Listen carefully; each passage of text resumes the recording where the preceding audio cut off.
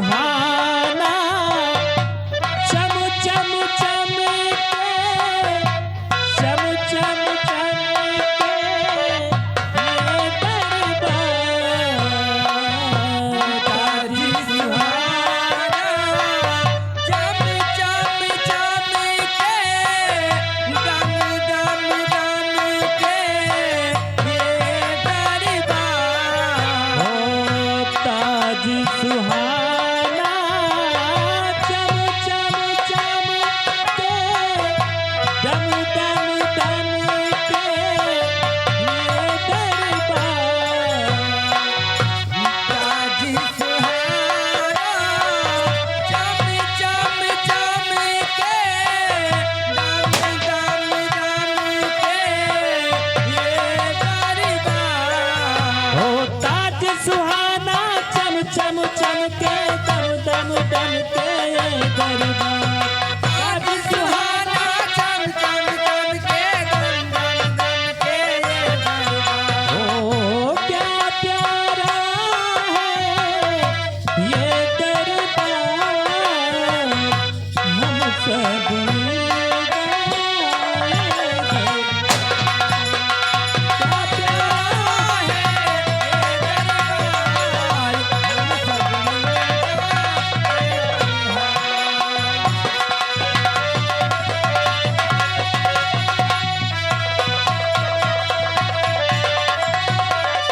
और क्या प्यारा है ये दरबार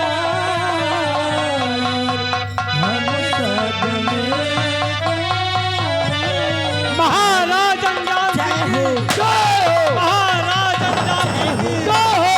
महाराज रंजन सिंह की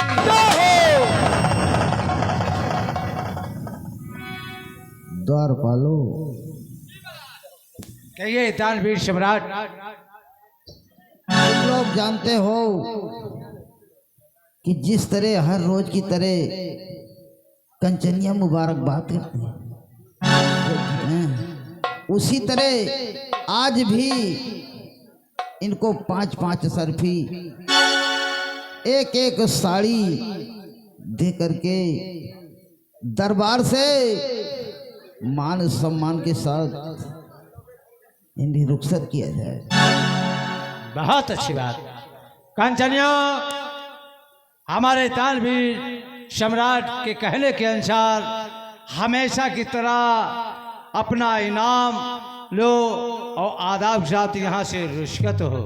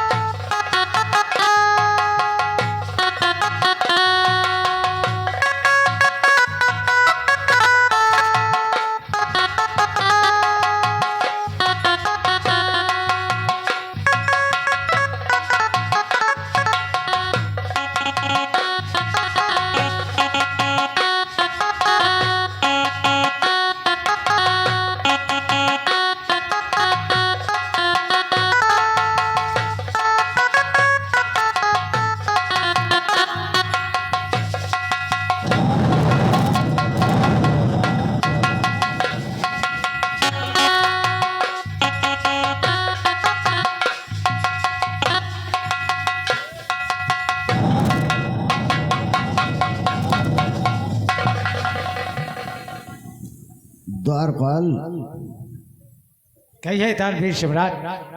तुम हमें ये बताओ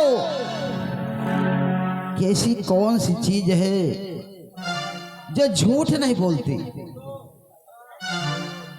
हाँ सम्राट, कौन सा वस्त्र है कि जो झूठ नहीं बोलता?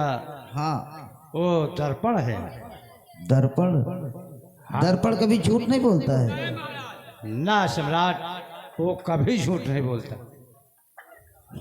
ठीक है, दर्पण को लाया जाए।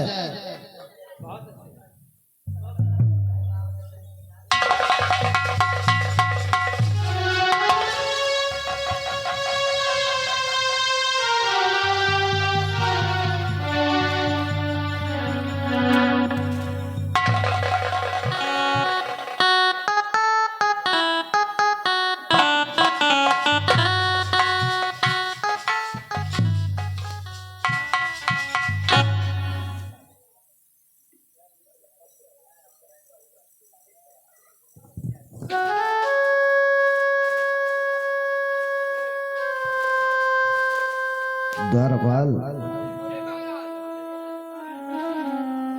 ये सच है कि दर्पण कभी झूठ नहीं बोलता। जो रहता है सच सच बताता है, क्यों नहीं? अब मेरा चौथापन आ गया, मेरा बाल पकने लगे हैं। अब मुझे चाहिए जिस तरह हमारे पूर्वजों से आज तक चला आया है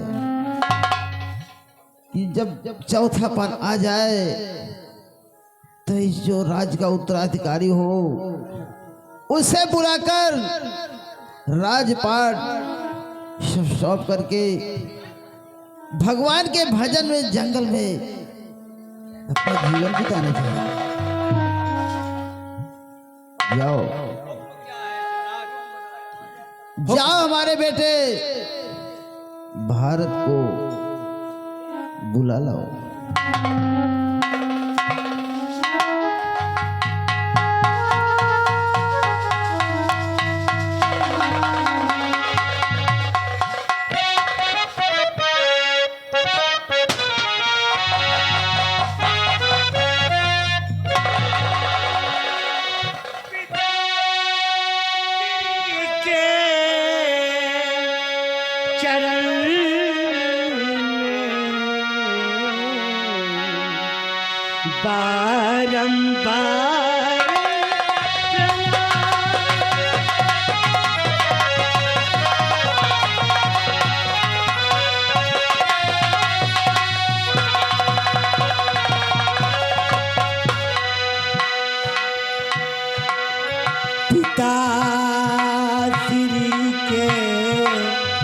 चरण में बारंबार प्रणाम। और क्यों बुलवाए हो मुझे, कहो तात क्या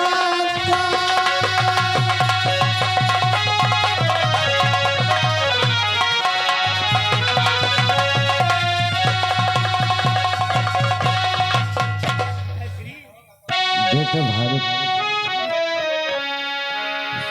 हम तुम्हें किस लिए बुलाए हैं? और युग युग बेटा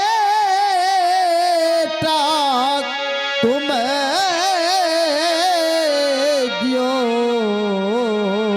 रहो सदा खुशहाल।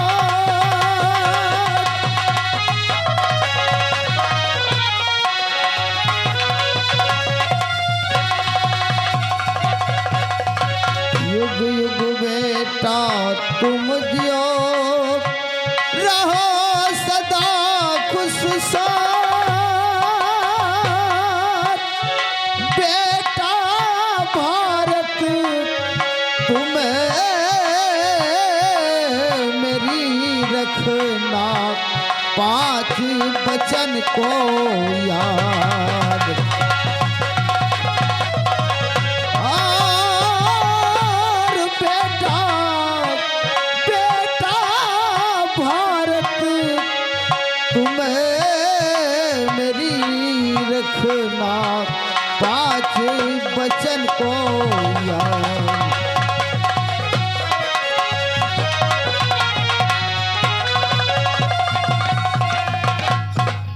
पांच वचन। हाँ बेटा। पिताश्री, हाँ। वो कौन से पांच वचन हैं जो हमें निभाने हैं? आहो भाग्य हमारे कि आपके पांच वचन निभाने का अवसर तो मिला। हाँ बेटा। पिताश्री, प्रथम वचन क्या है? बेटा पहला वचन है कभी झूठ नहीं बोलना। पिताश्री, मैं कॉल करता हूं, मैं कभी झूठ नहीं बोलूंगा। और दूसरा वचन? दूसरा वचन है इस रियाया को अपनी औलाद समझना। जी पिताश्री, मैं कॉल करता हूं। और तीसरा वचन?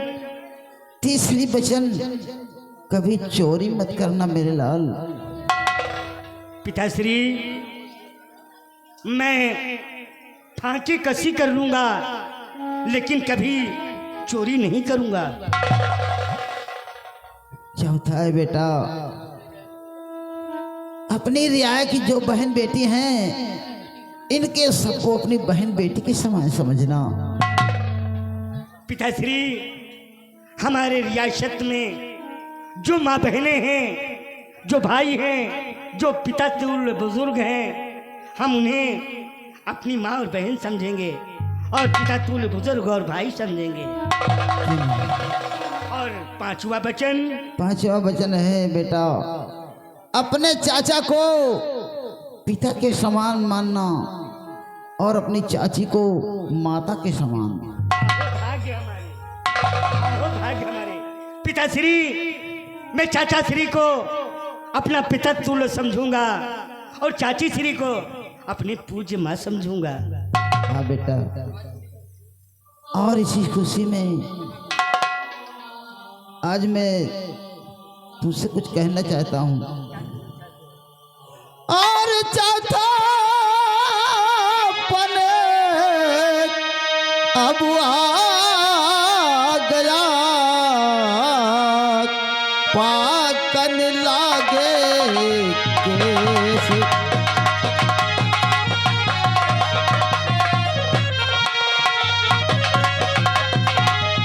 चौथा पने अब आ गया पाकन लागे केस।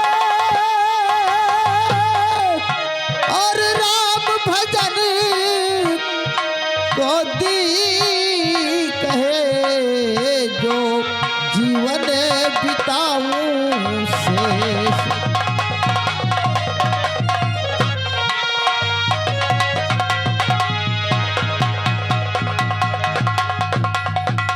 हाँ बेटा अब मेरा चौथापन आ गया है। हमारे यहाँ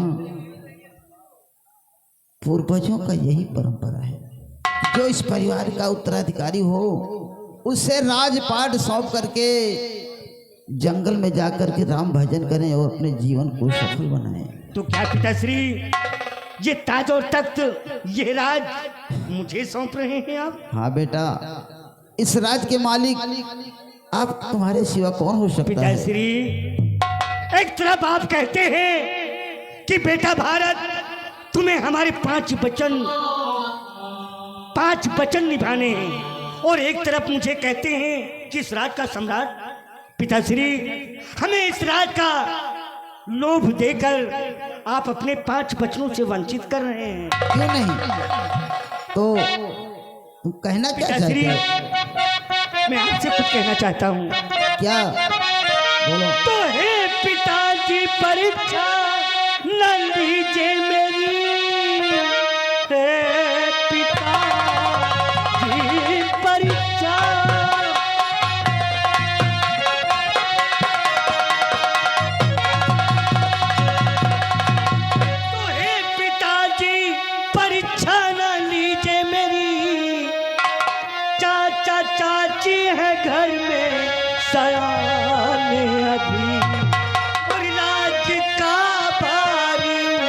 के हवाले करो।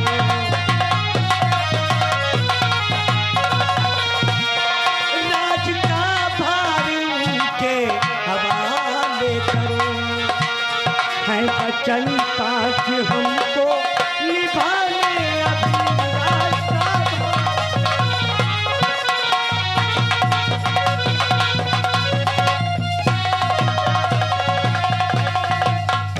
श्री।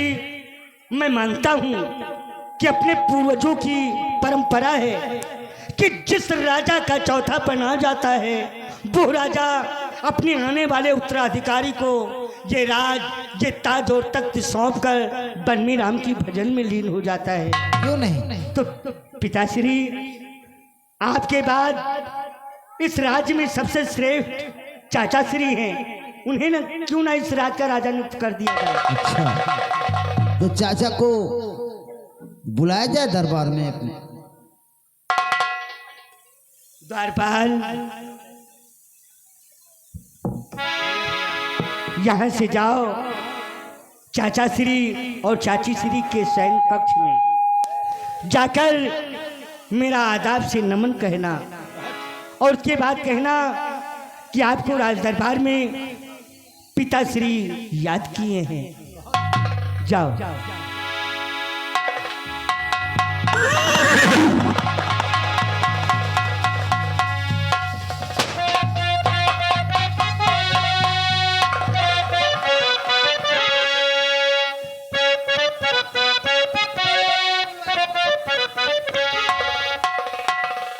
और क्यों बुलवाए है मुझे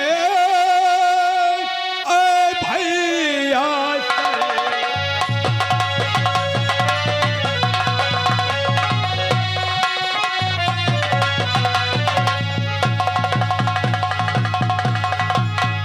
क्यों बुलवाया है मुझे ऐ भैया सरकार और मुख मलिन क्यों आपका चेहरा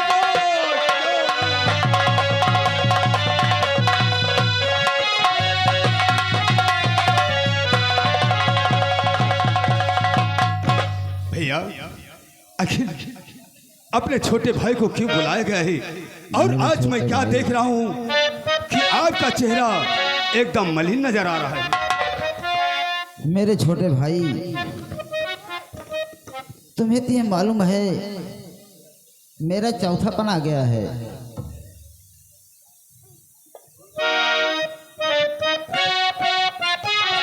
पिताजी, अगर इजाजत हो तो मैं भी आपसे कुछ कहना चाहती हूँ ना। कहो, शौक से कहो। और क्यों बुलवाए सारे परिवार को, क्यों बुलवाए जेठ जी सारे परिवार को, बात मेरी समझ में है।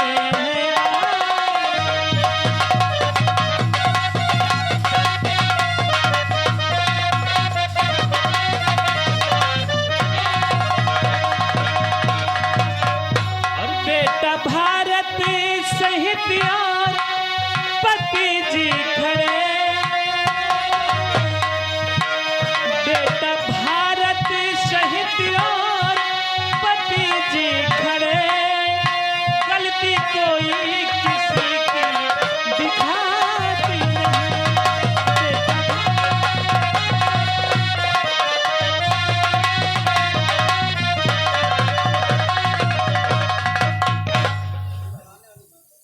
बहू रानी, हम किस लिए बुलाए हैं तुम लोगों से बताना चाहता हूं। मेरे चौथापन आ गया है, इसलिए राजपाट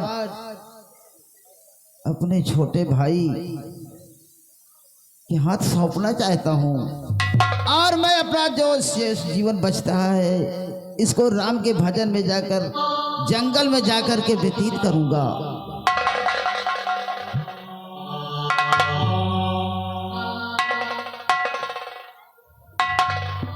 चाचा श्री, पिताश्री का कहना है कि इनका चौथापन आ गया है। अपने पूर्वजों की बात, अब इनके बाद इस राज्य के उत्तराधिकारी आप हैं।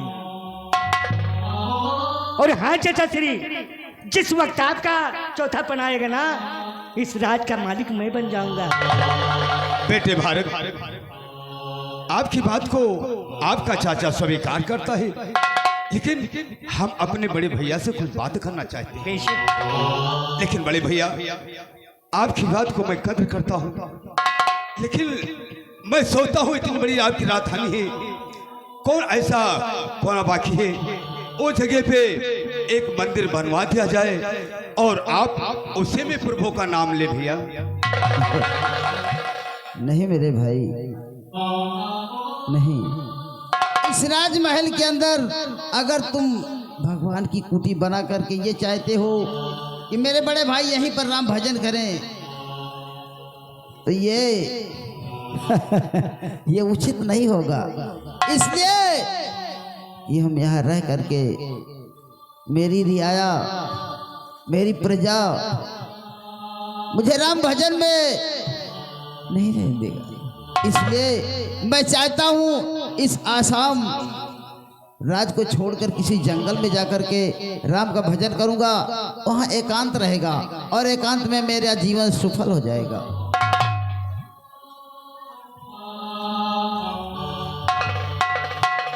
द्वारपाल, ये शाही वस्त्र उतारकर हमारे भाई छोटे भाई रणजीत सिंह को पहनाया जाए।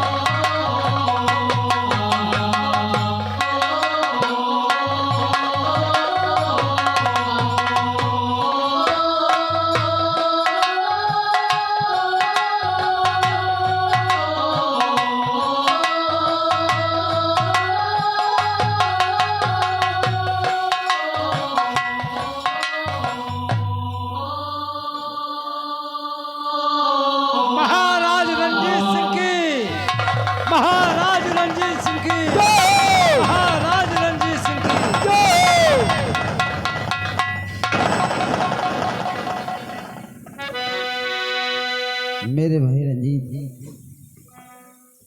हमारी इस रियाया को किसी प्रकार का कष्ट मत देना, लेकिन रियाया अपने औलाद के समान होती है और अपने बेटे भारत और बहू सबका ख्याल रखना।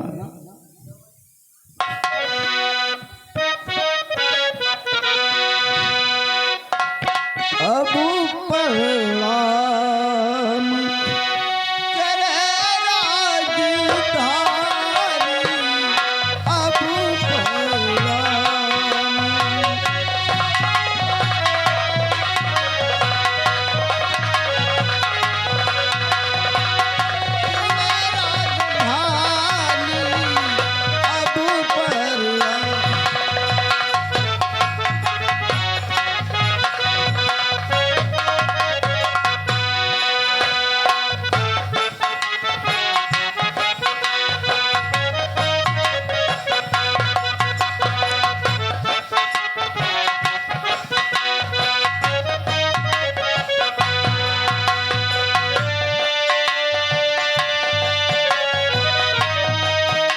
मेरे भाई मुझे जाने दो, मैं राम के भजन में अपना सारा बचा हुआ जीवन बिताऊं। लेकिन एक बार पालो को इसी प्रकार का कष्ट मत देना। अब बरलाऊं तुम्हें राजधानी, अब बरलाऊं।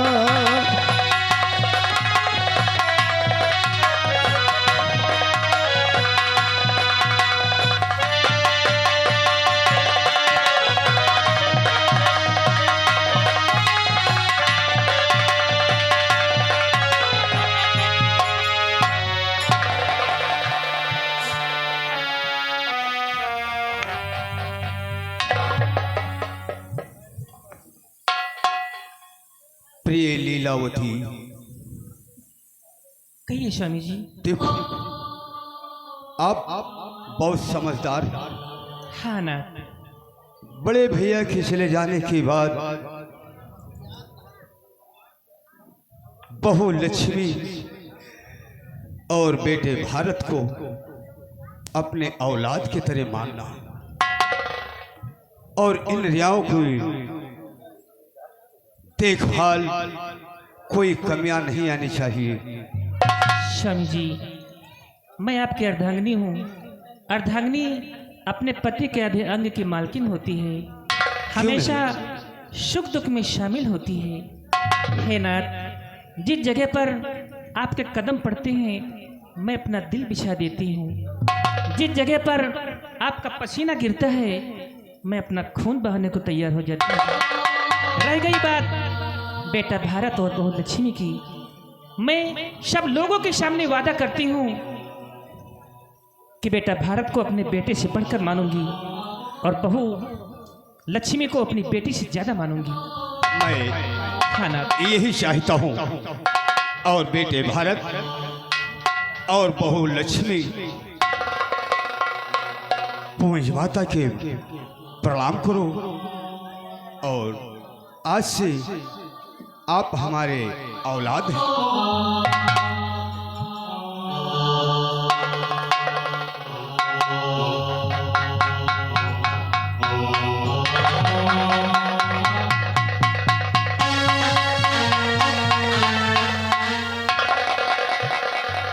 द्वारपालो, कहिए सम्राट। देखिए इसमें कोई चोरी की बात तो है नहीं, नहीं, आप लोगों के सामने की बातें हैं।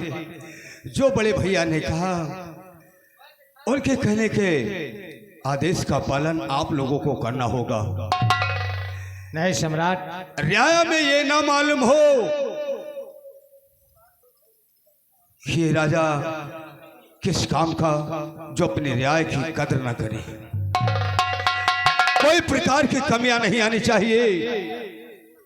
टहल टहल कर आप लोग एक एक इंसान से तकलीफ पूछिएगा, कोई भी कष्ट नहीं होना चाहिए। नहीं सम्राट, मैं वादा करता हूँ कि रियाया में किसी तरह की बगावत, कोई तरह की शिकायत आपके पास नहीं पहुँची। बहुत अच्छी बात है।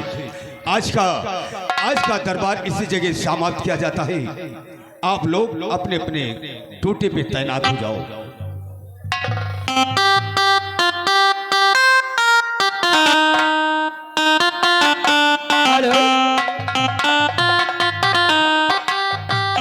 हेलो, आप लोगों ने देखा कि महाराज चले गए जंगल में, अब महाराज बना दिया गया है। तो चलते चलते चलिए आगे कार्यक्रम क्या होगा है कि दारू बदनाम, दारू बदनाम। और कैसे मास्टर? अरे दारू बदनाम, नशेबा सारी दुनिया, दारू बदनाम।